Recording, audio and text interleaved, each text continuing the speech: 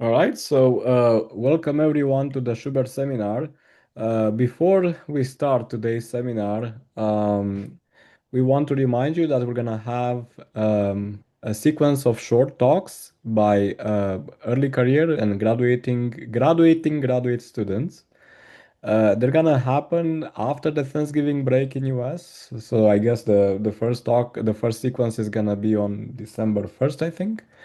So there are gonna be three talks in 60 minutes, another sequence of three talks the week after. So I hope everyone can join us and see what the graduate students are doing. And until then, today we're happy to have Mingzhi Yang from the University of Hong Kong telling us about quantum Schubert calculus for Schubert varieties. So please take it away, Mingzhi.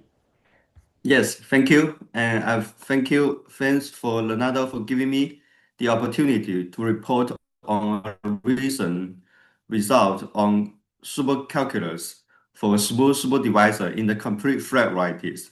This is joint work with Changzhen Li, Jiayu Song, and Song Yue. And the paper is available in Arxiv already in September this year. If you work in supercalculus, I think you can easily understand the main results in our paper from the abstract of the paper. And if you want a little bit more detail, you look at the introduction, I think so. So an expert in supercalculus, many of you may find it not so interesting if I present the result in our paper in a usual way. And this is why I decided to spend some time talking about another project joined with Changzhen Li and Constant Li, which actually motivates our study on content cohomology of supervarieties. Here is the plan of today's talk. Since the talk is for general audience, I will start with simple combinatory in symmetric groups. Then I will give the definition of flat varieties and superpolynomials, as well as content superpolynomials. Next, in the third part, I will tell you an interesting presentation of content cohomology ring of flat varieties. I will tell you the construction of this presentation of content cohomology ring given by Peterson, and then Li construct a superpotential for the flat varieties, and we cover the Peterson representation. And then in the fourth part, I will tell you what we did in the project with Changzhen and Li. We define a superpotential for general supervarieties, and we define extended Peterson varieties. And in the last part, I will talk about the main results in the paper joined with Changzhen, Jiayu, and Song Yue. I will consider the special case of smooth superdivisor in the complete flat varieties. We prove the conjectural ring presentation in the paper, and then we find a set of representatives of the superclass in the ring presentation and prove a Chevalley-Monk formula. Okay, let's start with symmetric group. I will fix a positive integer in n in this talk, and then the symmetric group is just all the bijections from the set of n numbers to itself. I will write W for an element in a group and call it a permutation. For each I, Wi will be the image of I. I will also use bracket I for the set of integer from 1 to I, and W bracket I for the image of this set. Given two integers I and j, I will assume that I is less than j. Then Tij will denote the group element that swap the position of I and j and fix other positions. In particular, if j is equal to I plus 1, then I will use xi for this group element and call it a simple reflection. For permutation, I will use the so-called one-line notation for it, which means I just write down the image of each I in a sequence for the permutation. We can also use the permutation matrix to represent an element in a symmetric group, which is an n by n matrix with n1 in each row and each column, and all the other positions are 0. For example, in this example, I have permutation 4, 3, 1, 2, which means I map 1 to 4, 2 to 3, 3 to 1, and then 4 to 2. And then I wrote down a 4 by 4 matrix.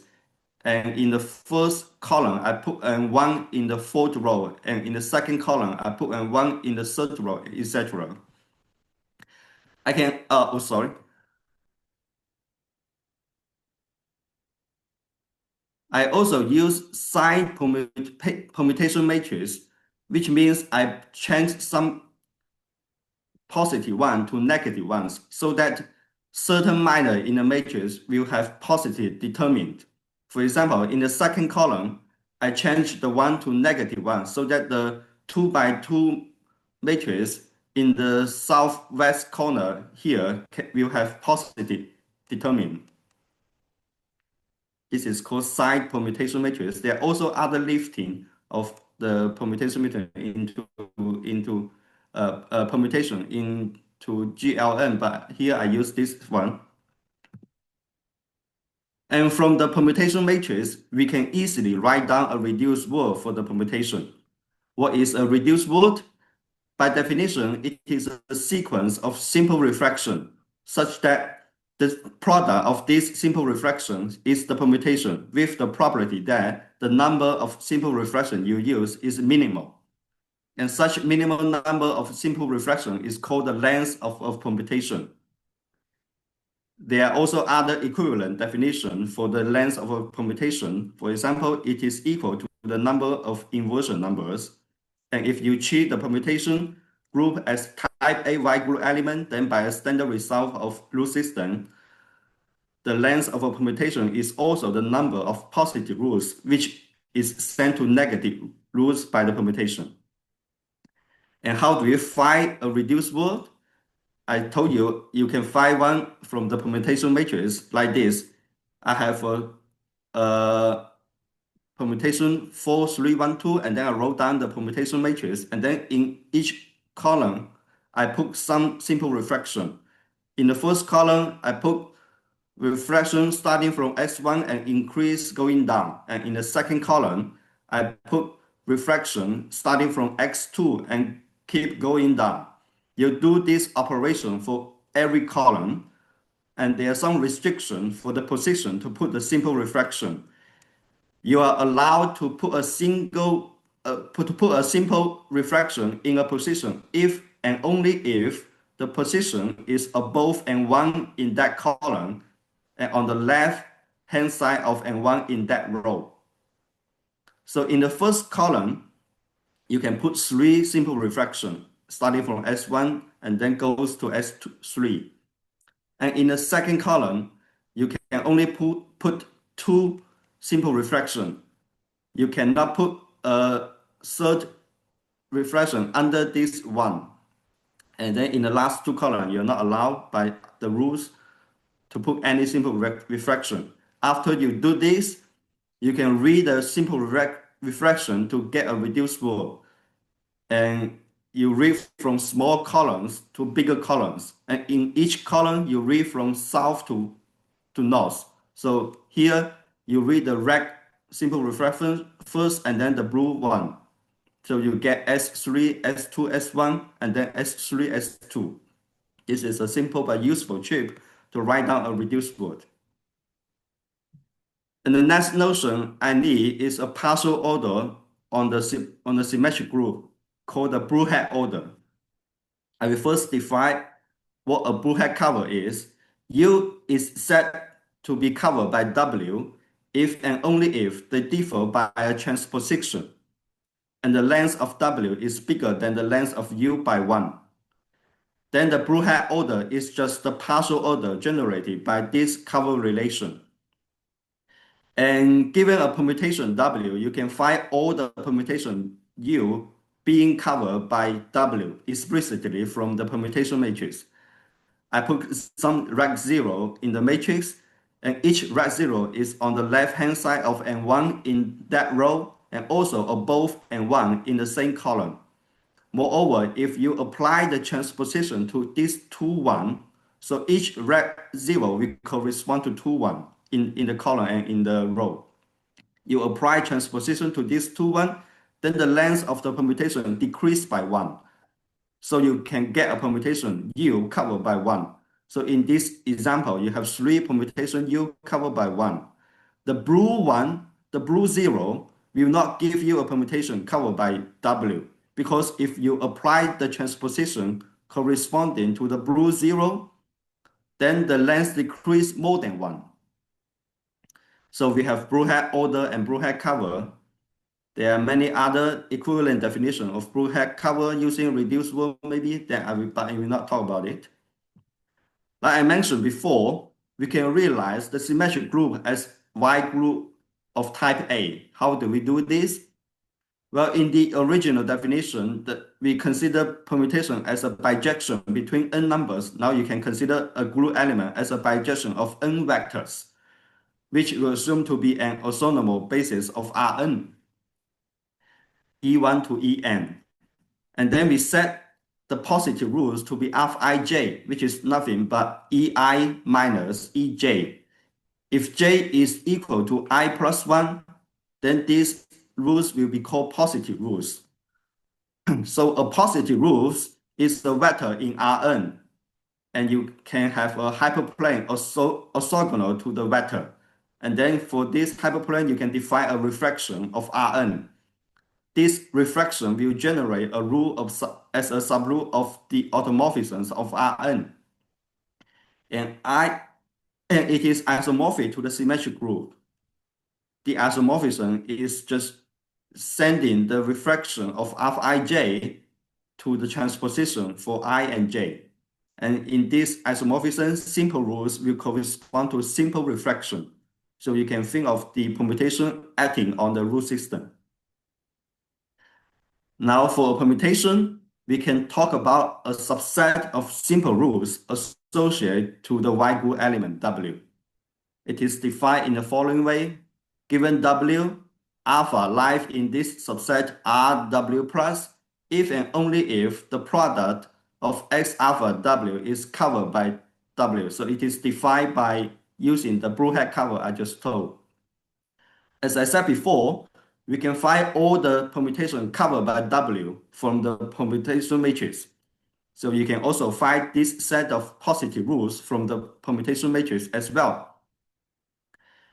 And we also consider the negative version of this set, which I denote by R minus W, which is nothing but the negative words being translated by W inverse of this set.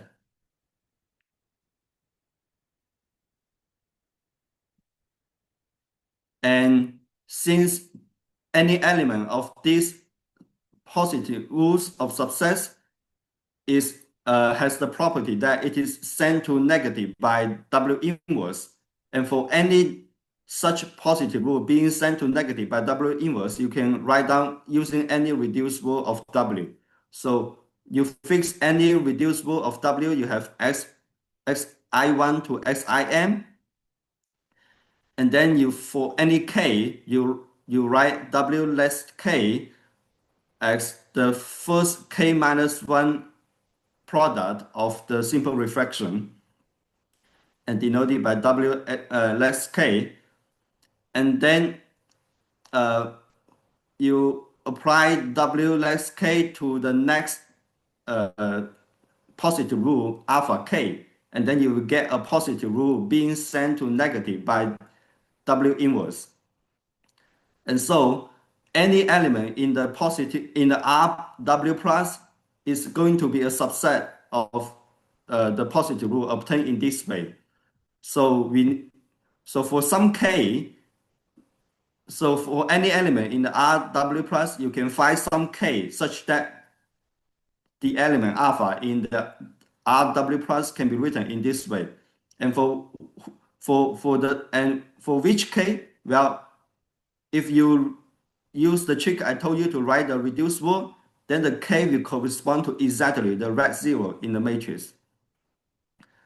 So if you take the reducible S3, S2, S1, S2, S3, then the red simple reflection will tell you which k we are considering.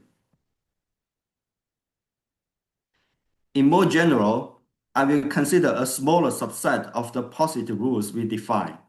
We will consider the Y group of a parabolic, which is going to be a subgroup generated by some simple reflection with index in some subset I upper P. So I upper P is a subset of 1 to n. And we denote the subgroup by W lower P generated by this simple reflection. And we consider the quotient of these two groups W mod WP. For each coset, I will fix a representative with minimal length and denote the set of minimal length representative by W upper P. And for any permutation lies in W upper P, I will consider the subset of positive rules associated to W and P as the subset of the positive of RW I told you before, satisfied by another condition that X alpha W is also an element in W upper P. When the parabolic is minimal, which means that P is B as a Borel subgroup, then we recover the set of the positive rule we just defined because the last condition is empty. Here is a remark for the element in the coset representative. W is an element if W of W upper P if and only if W has no descent in some position related to I upper P. Let's see some example. If W is just the longest element, then the set of positive rule we consider is just all the set of all simple rules. And if W is the longest element in W upper P, then the set we consider is a subset of simple rules. But in general, this set will contain higher rules. For example, if W is 4, 3, 1, 2, then RW has 3 positive rules, and alpha 1 plus alpha 2 is no longer a simple rule.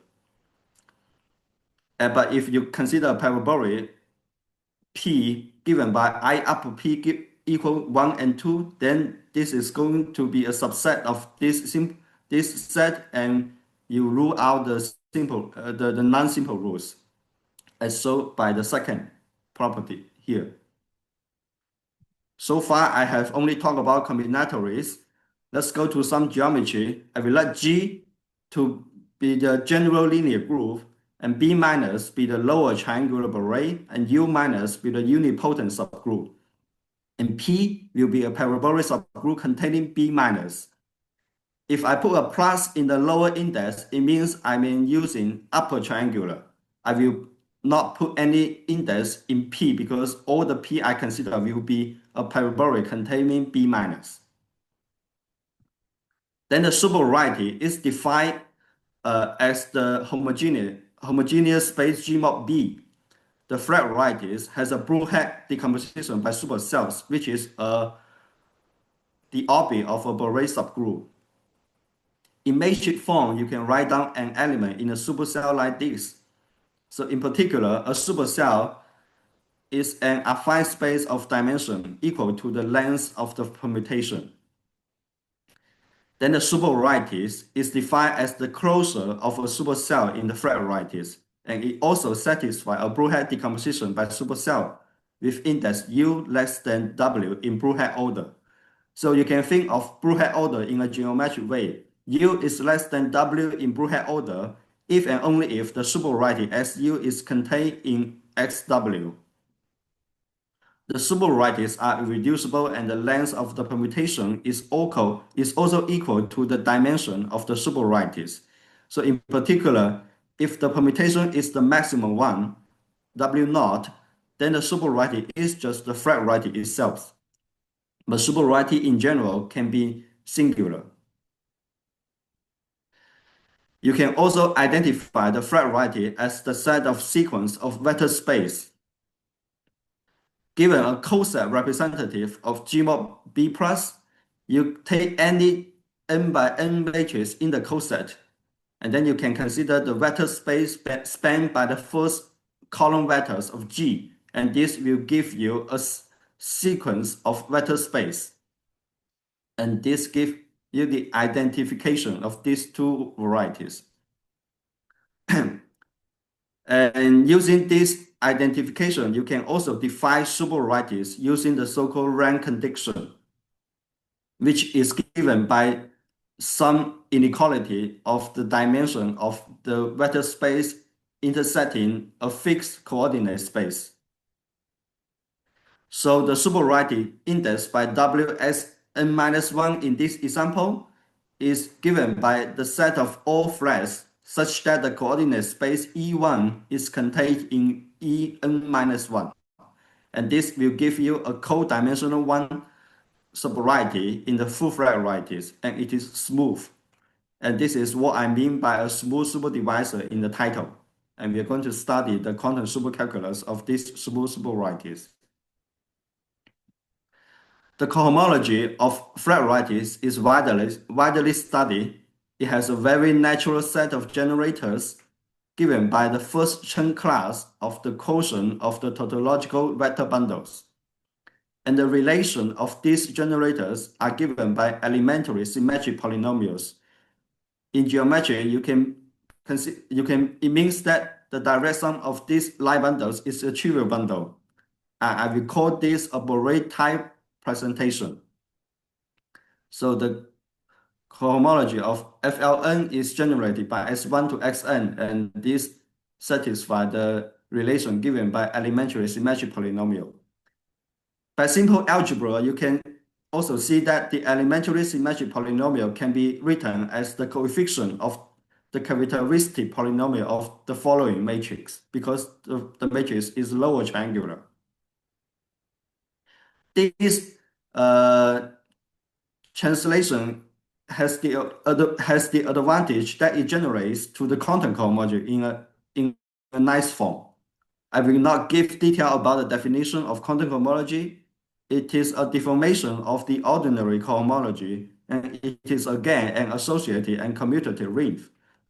The quantum cohomology of the flat varieties is again generated by this first Chern class Si together with a set of parameter Q, which will be called the quantum parameters.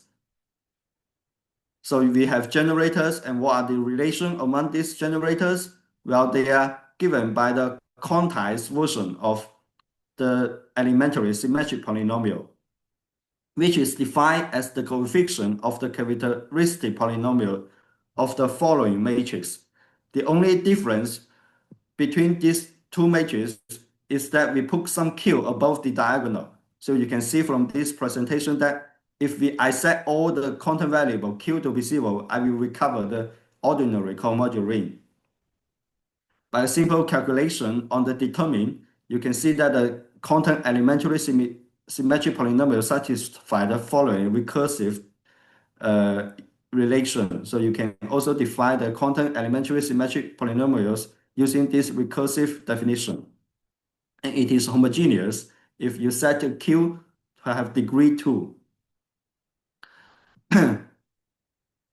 And as seen by the Broughette decomposition of the flat variety, the abelian group structure of the cohomology ring is very simple. It has an additive basis given by the superclasses. And the same holds for quantum cohomology as well, which follow from the definition of the quantum cohomology. So now we have ring presentation for the cohomology as well as quantum cohomology. So a natural question is, what are the representatives in this presentation? Well, this has been done, and the answer is superpolynomials, which is defined using difference operator like this. I define an operator partial I on the function of n variables, and then I define an operator associated to each permutation by using a reduced word of it. And if you check that this operator satisfy the Borel relation, and then you can have a well-defined partial U, and you apply this partial U to the superpolynomial for W naught, and then you will get all the superpolynomial. The quantum superpolynomial is defined using an expansion of the superpolynomials into SEM.